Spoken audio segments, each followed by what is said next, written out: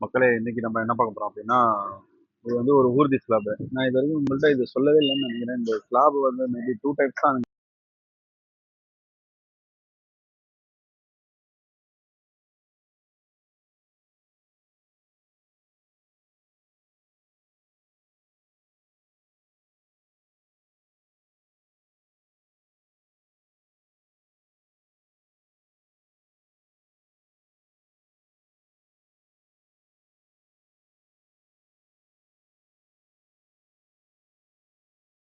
அதனால நம்ம இது பண்ணிடுவோம். இப்போ இது வந்து ஊர்தி ஸ்லாப். ஊர்தி ஸ்லாப்ல நம்ம என்னென்ன பார்க்குறோம் அப்படின்னா, இது R1, இது XR.